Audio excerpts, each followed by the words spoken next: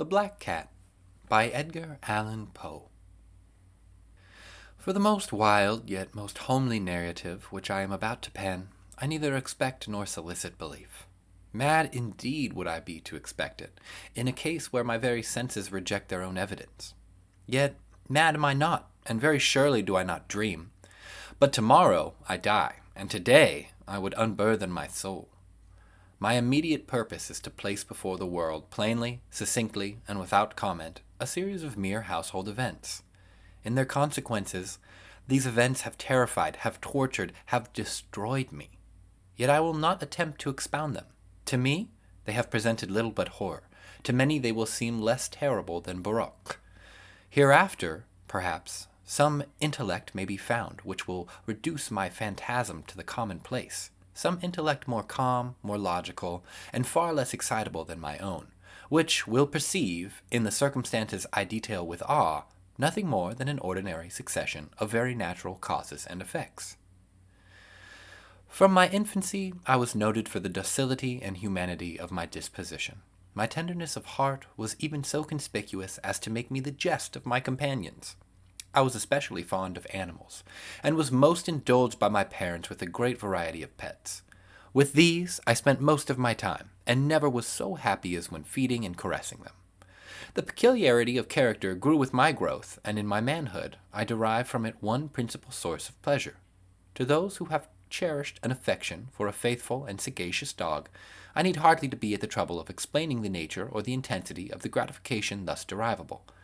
There is something in the unselfish and self-sacrificing love of a brute which goes directly to the heart of him who has had frequent occasion to test the paltry friendship and gossamer fidelity of mere man. I married early, and was happy to find in my wife a disposition not uncongenial with my own. Observing my partiality for domestic pets, she lost no opportunity of procuring those of the most agreeable kind. We had birds, goldfish, a fine dog, rabbits, a small monkey, and a cat.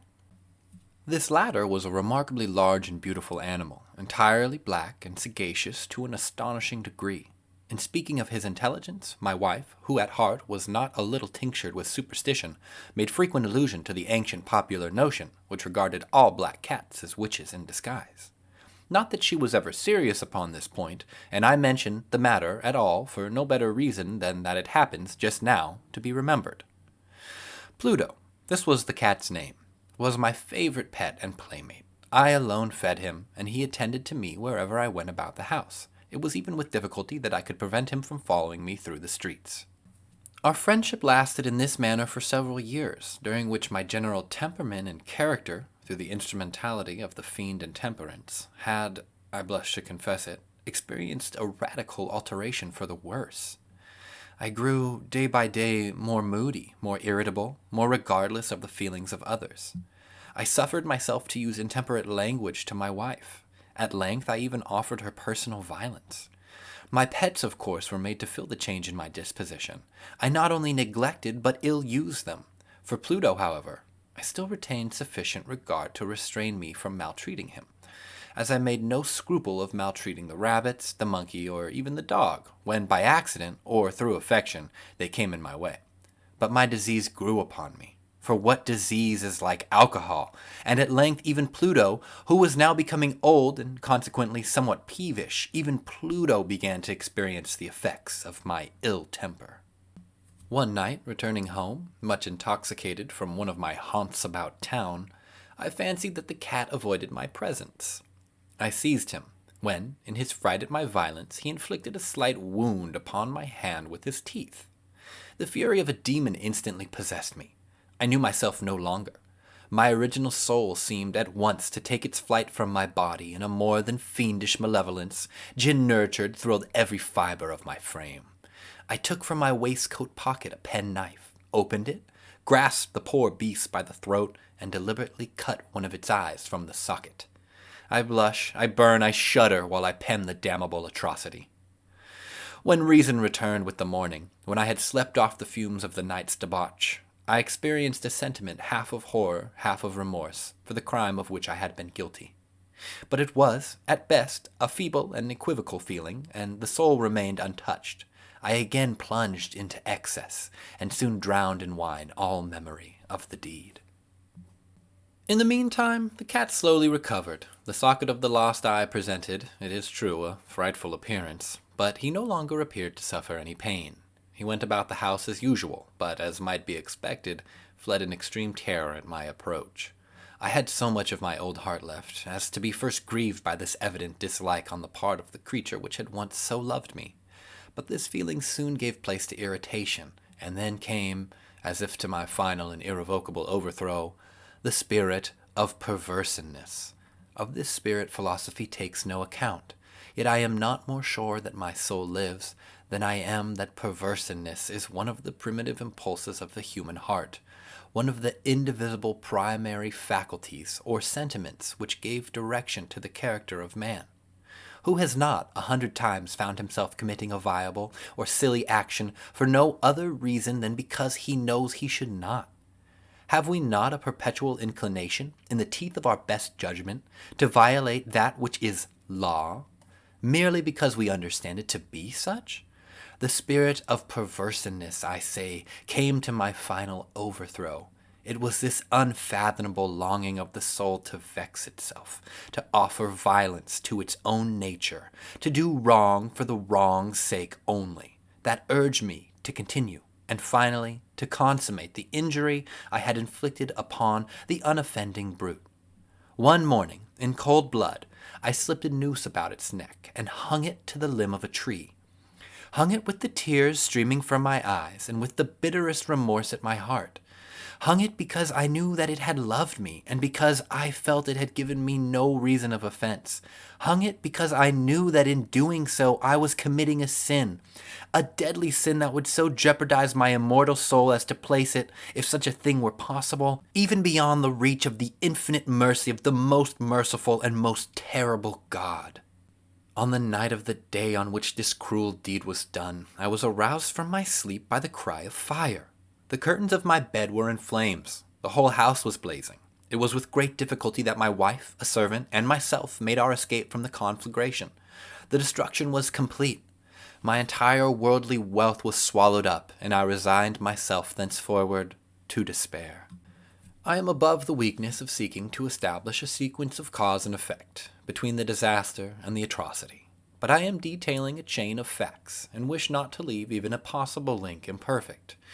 On the day succeeding the fire, I visited the ruins. The walls, with one exception, had fallen in. This exception was found in a compartment wall, not very thick, which stood about the middle of the house, and against which had rested the head of my bed. The plastering had here, in great measure, resisted the action of the fire, a fact which I attributed to its having been recently spread. About this wall a dense crowd were collected, and many persons seemed to be examining a particular portion of it with very minute and eager attention. The words strange, singular, and other similar expressions excited my curiosity. I approached and saw, as if graven in bas relief upon the white surface, the figure of a gigantic cat. The impression was given with an accuracy truly marvelous. There was a rope about the animal's neck.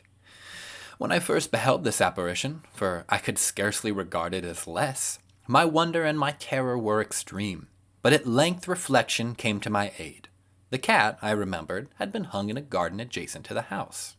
Upon the alarm of fire, this garden had been immediately filled by the crowd, by someone of whom the animal must have been cut from the tree and thrown, through an open window, into my chamber.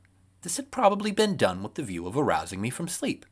The falling of the other walls had compressed the victim of my cruelty into the substance of the freshly spread plaster, the lime of which, with the flames and the ammonia from the carcass, had then accomplished the portraiture as I saw it. Although I thus readily accounted to my reason, if not altogether to my conscience, for the startling fact just detailed, it did not the less fail to make a deep impression upon my fancy.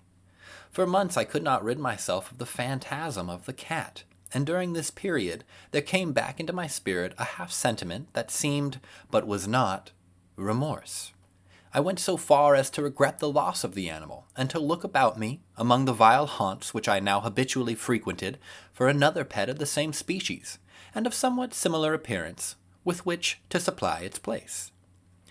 One night, as I sat, half stupefied, in a den of more than infamy, my attention was suddenly drawn to some black object, reposing upon the head of one of the immense hogsheads of gin or of rum, which constituted the chief furniture of the apartment. I had been looking steadily at the top of this hogshead for some minutes, and what now caused me surprise was the fact that I had not sooner perceived the object thereupon. I approached it, and touched it with my hand. It was a black cat, a very large one, fully as large as Pluto, and closely resembling him in every respect but one. Pluto had not a white hair upon any portion of his body, but this cat had a large, although indefinite, splotch of white, covering nearly the whole region of the breast. Upon my touching him, he immediately arose, purred loudly, rubbed against my hand, and appeared delighted with my notice. This, then, was the very creature of which I was in search. I at once offered to purchase it of the landlord, but this person made no claim of it, knew nothing of it, had never seen it before. I continued my caresses, and when I prepared to go home, the animal evinced a disposition to accompany me. I permitted it to do so, occasionally stooping and patting it as I proceeded. When it reached the house, it domesticated itself at once, and became immediately a great favorite with my wife. For my own part, I soon found a dislike to it arising within me. This was just the reverse of what I had anticipated, but I know not how or why it was. Its evident fondness for myself rather disgusted and annoyed. By slow degrees, these feelings of disgust and annoyance rose into the bitterness of hatred. I avoided the creature, a certain sense of shame in the remembrance of my former deed of cruelty preventing me from physically abusing it. I did not, for some weeks, strike or otherwise violently ill-use it, but gradually, very gradually, I came to look upon it with an unutterable loathing, and to flee silently from its odious presence, as from the breath of a pestilence. What added, no doubt, to my hatred of the beast was the discovery on the morning after I brought it home that, like Pluto, it had also been deprived of one of its eyes. This circumstance, however, only endeared it to my wife, who, as I have already said, possessed, in a high degree, that humanity of feeling which had once been my distinguishing trait and the source of many of my simplest and purest pleasures. With my aversion to this cat, however, its partiality for myself seemed to increase. It followed my footsteps with a pertinacity which it would be difficult to make the reader comprehend. Whenever I sat, it would crouch beneath my chair or spring upon my knees, covering me with its loathsome caresses. If I arose to walk, it would get between my feet and thus nearly throw me down, or, fastening its long and sharp claws in my dress, clamber, in this manner, to my breast. At such times, although I longed to destroy it with a blow, I was yet withheld from so doing, partly by a memory of my former crime, but chiefly, let me confess it at once, by absolute dread of the beast. This dread was not exactly a dread of physical evil, and yet I should be at a loss of how otherwise to define it. I am almost ashamed to own, yes, even in this felon's cell, I am almost ashamed to own, that the terror and horror with which the animal inspired me had been heightened by one of the merest chimeras it would be possible to conceive. My wife had called to my attention more than once to the character of the mark of white hair, of which I have spoken, and which constituted the sole visible difference between the strange beast and the one that I had destroyed. The reader will remember that this mark, although large, had been originally very indefinite, but by slow degrees nearly imperceptible, and which for a long time my reason struggled to reject as fanciful, it had at length assumed a rigorous distinctiveness of outline. It was now the representation of an object that I shuddered to name, and for this, above all, I loathed and dreaded, and would have rid myself of the monster had I dared. It was now, I say, the image of a hideous, of a ghastly thing, of the gallows, O mournful and terrible engine of horror and crime, of agony and of death. And now was I indeed wretched beyond the wretchedness of mere humanity, and a brute beast, whose fellow I had contemptuously destroyed, a brute beast to work out for me a man, fashioned in the image of the high God, so much of an insufferable woe. Alas, neither by day nor by night I knew the blessing of rest any more. During the former, the creature left me no moment alone, and in the later, I started hourly from dreams of unutterable fear to find the hot breath of the thing upon my face, and its vast weight, an incarnate nightmare that I had no power to shake off, incumbent eternally upon my heart. Beneath the pressure of torment such as these, the feeble remnant of the good within me succumbed.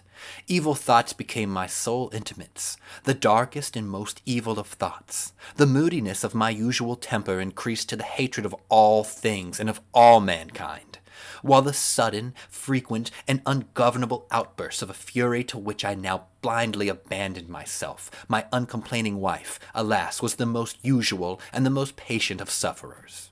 One day she accompanied me upon some household errand into the cellar of the old building which our poverty compelled us to inhabit. The cat followed me down the steep stairs, and, nearly throwing me headlong, exasperated me to madness. Uplifting an axe and forgetting, in my wrath, the childish dread which had hitherto stayed my hand, I aimed a blow at the animal, which of course would have proved instantly fatal had it descended as I wished. But this blow was arrested by the hand of my wife. Goaded by the interference into a rage more than demoniacal, I withdrew my arm from her grasp and buried the axe in her brain. She fell dead upon the spot without a groan. This hideous murder accomplished, I set myself forthwith, and with entire deliberation, to the task of concealing the body. I knew that I could not remove it from the house either by day or by night without the risk of being observed by the neighbors. Many projects entered my mind. At one period I thought of cutting the corpse into minute fragments and destroying them by fire. At another I resolved to dig a grave for it in the floor of the cellar. Again I deliberated about the casting it in the wall in the yard, about packing it in a box as if merchandise with the usual arrangements, and so getting a porter to take it from the house. Finally I hit upon what I considered a far better expedient than either of these. I determined to wall it up in the cellar, as the monks of the Middle Ages are recorded to have walled up their victims. For a purpose such as this, the cellar was well adapted. Its walls were loosely constructed, and had lately been plastered throughout with a rough plaster, which the dampness of the atmosphere had prevented from hardening. Moreover, in one of the walls was a projection caused by a false chimney, or fireplace, that had been filled up, and made to resemble the red of the cellar. I made no doubt that I could readily displace the bricks at this point, insert the corpse, and wall the whole up as before, so that no eye could detect anything suspicious. And in this calculation I was not deceived. By means of a crowbar I easily dislodged the bricks, and having carefully deposited the body against the inner wall, I propped it in that position, while, with little trouble, I relaid the whole structure as it originally stood. Having procured mortar, sand, and hair, with every possible precaution, I prepared a plaster which could not be distinguished from the old, and with this I very carefully went over the new brickwork. When I had finished, I felt very satisfied that all was right. This wall did not present the slightest appearance of having been disturbed. The rubbish on the floor was picked up with the minutest care.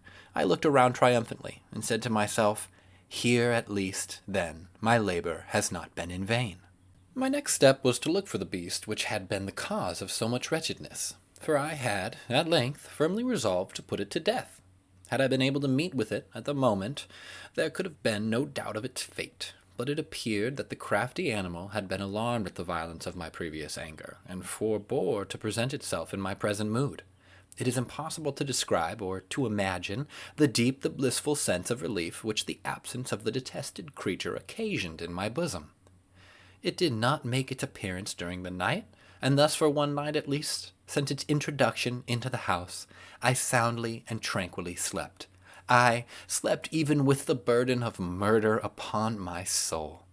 The second and third day passed, and still my tormentor came not. Once again I breathed as a free man. The monster, in terror, had fled the premises forever. I should behold it no more. My happiness was supreme. The guilt of my dark deed disturbed me but little.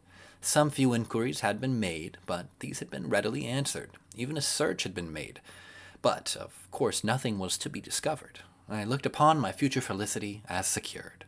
Upon the fourth day of the assassination, a party of the police came, very unexpectedly, into the house, and proceeded again to make rigorous investigation of the premises.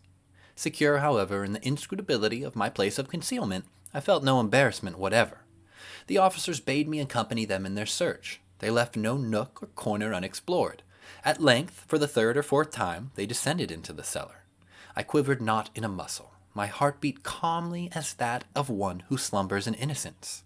I walked the cellar from end to end. I folded my arms upon my bosom and roamed easily to and fro. The police were thoroughly satisfied and prepared to depart. The glee at my heart was too strong to be restrained. I burned to say if but one word by way of triumph, and to render doubly sure their assurance of my guiltlessness. "Gentlemen," I said at last, as the party ascended the steps, "I delight to have allayed your suspicions. I wish you all health and a little more courtesy. By the by, gentlemen, this is a very well-constructed house." In the rapid desire to say something easily, I scarcely knew what I uttered at all. I may say, an excellently well-constructed house. These walls— are you going, gentlemen? These walls are solidly put together. And here, through the mere frenzy of bravado, I rapped heavily, with a cane which I held in my hand, upon that very portion of the brickwork behind which stood the corpse of the wife of my bosom. But my God shield and deliver me from the fangs of the arch-fiend. No sooner had the reverberation of my blows sunk into silence than I was answered by a voice from within the tomb. By a cry, at first muffled and broken, like the sobbing of a child, and then quickly swelling into one long, loud, and continuous scream, utterly anomalous and inhuman, a howl, a wailing shriek, half horror and half of triumph, such as might have arisen only out of hell, conjointly from the throats of the damned in their agony, and of the demons that exult in the damnation. Of my own thoughts it is folly to speak. Swooning, I staggered to the opposite wall. For one instant the party upon the stairs remained motionless, through extremity of terror and of awe. In the next, a dozen stout arms were toiling at the wall. It fell bodily.